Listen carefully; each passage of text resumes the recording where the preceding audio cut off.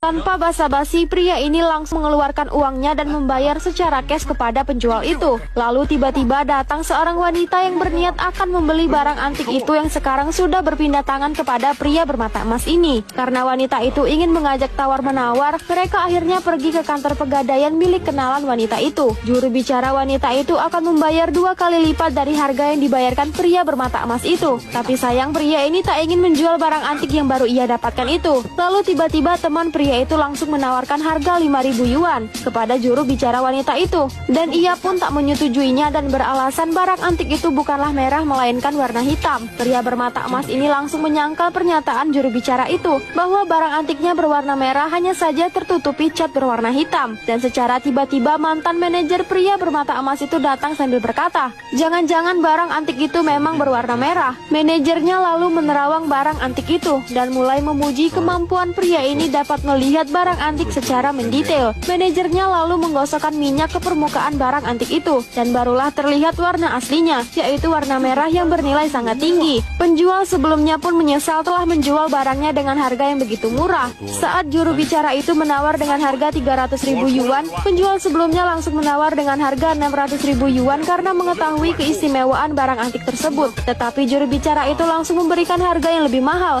yaitu 800.000 yuan. Tanpa basa-basi, juru bicara itu langsung mentransfer uang tersebut kepada pria bermata emas itu. Sepulangnya mereka dari pasar barang lama, pria bermata emas ini kembali mencoba kemampuan penglihatannya, dan kali ini objeknya adalah sebuah minuman yang berada di atas meja. Pria ini dapat melihat suatu benda sampai di titik terintinya akibat goresan batu giok berbentuk mata yang pecah melukai matanya pada episode 1 part 1. Namun pria ini tetap merasa aneh atas kemampuannya sekarang. Sampai-sampai pria ini mencari tahu di mesin pencari tentang sebuah imajinasi penglihatan. Lalu tiba-tiba datang teman pria bermata emas ini, dan dengan polosnya ia mengira pria bermata emas ini tengah memikirkan uang yang baru mereka dapat hasil penjualan barang antik sebesar 800.000 yuan atau setara 1 miliar rupiah. Kemudian dalam percakapan mereka, teman pria bermata emas ini mengajaknya untuk berbisnis jual beli barang antik. Keduanya pun pergi ke tempat barang-barang antik. Lalu tiba-tiba dari arah pintu datang turis asing yang berniat akan membeli sebuah vas cantik peninggalan zaman dinasti kuno. Melihat barang antik di depan matanya,